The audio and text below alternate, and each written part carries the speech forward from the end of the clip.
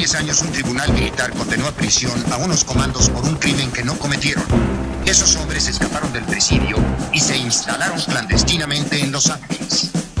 Hoy, aunque el gobierno los busca, si alguien tiene un problema, necesita ayuda y puede localizarlos, tal vez pueda contratar a los magníficos.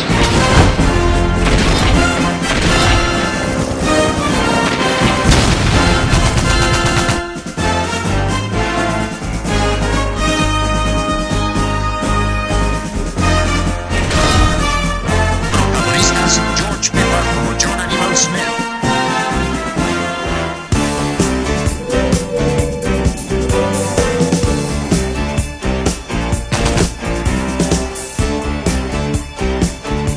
Dirk Benedict,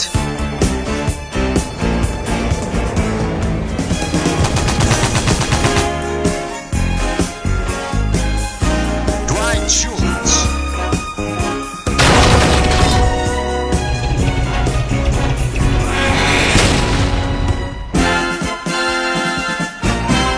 y Mr. T como Mario Bros.